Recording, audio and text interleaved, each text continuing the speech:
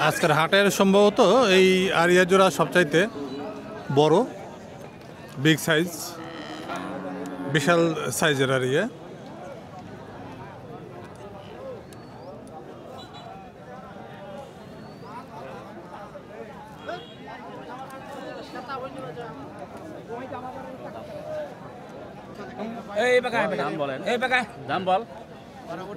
ভাইজান কত দাম রাখছেন বললেন? 6.5 থেকে 6 লাখ। কয় দাঁত? 4 দাঁতের আরিয়া, বিশাল। যেটা বলছিলাম যে আজকের হাটের সম্ভবত এই জোড়াই এখন পর্যন্ত আমার দেখায় এই কাহারোল হাটের আজকের সবচাইতে বড় আরিয়া জোড়া। 6 লাখ টাকা দাম চাচ্ছেন। বিশাল 4 দাঁতের আরিয়া, একেবারেই বিগ সাইজ। উত্তরাঞ্চলের বিখ্যাত এই মহিষের হাটে কিন্তু সব ধরনের মহিষ পাওয়া যায়। আপনি যেমনটা কিনতে চাইবেন তেমনটাই পাবেন। একেবারে বড় যেমন মহিষ দেখছিলেন, আবার এর বিপরীত চিত্র রয়েছে, একেবারে ছোট মহিষও কিন্তু এখানে পাওয়া যায়, লালন পালন উপযোগী।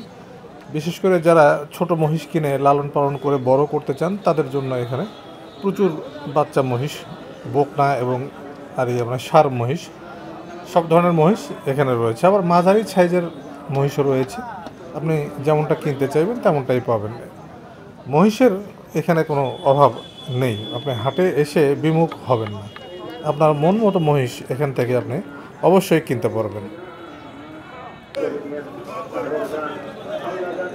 কত দিয়ে নিলেন আঙ্কেল এই জোড়া? 1,76,000।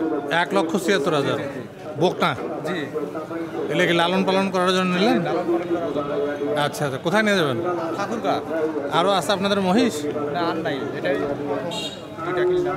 এই প্রথম নিলেন শখ করে লালন পালন করার জন্য। তো দাম জানানোর জন্য ধন্যবাদ। আপনার মহিষ লালন পালন সুন্দর হোক। বকনা সুন্দর সাইজের, খুবই সুন্দর বকনা, আপনি ভালো সাইজের বকনা পেয়েছেন। এটা বকনা জোড়া খুবই সুন্দর, একেবারে নাদুস নদুস। 1,76,000 টাকায় নিয়েছেন। লালন পালন করবেন। এটা কাহারোল মহিষের হাট থেকে নিয়েছেন। এই হাট অনেক পরিষ্কার পরিচ্ছন্ন থাকে, সপ্তাহে একদিন হওয়ার কারণেই হয়তো, অথবা সুন্দর সবুজ ঘাসের গালিচার কারণেও হতে পারে। দিনাজপুরের বিখ্যাত কাহারোল মহিষের হাট প্রতি শনিবার এই হাটবার।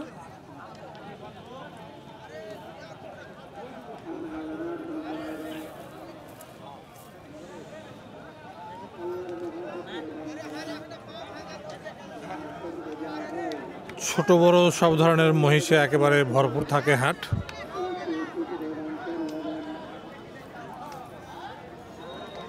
যোগাযোগ ব্যবস্থা অনেক ভালো হওয়ার কারণে ক্রেতা বিক্রেতা সবাই এই হাটে খুব সহজেই আসতে পারেন।